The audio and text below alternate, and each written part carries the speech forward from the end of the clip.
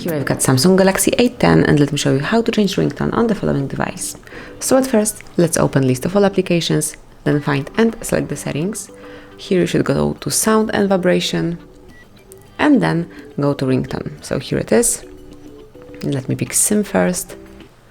And now as you can see, you can come along with all list of the ringtones and then select the one that you like the most. So let's start with silent.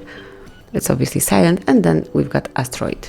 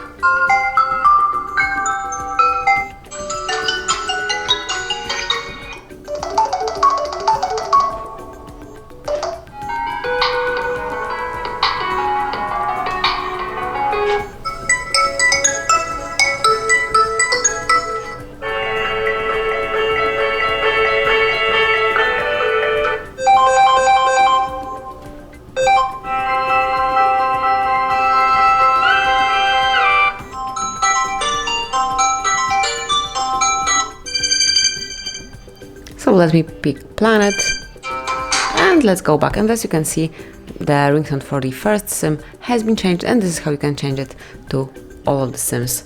And that will be all. This is how you can change ringtone in your Samsung Galaxy A10.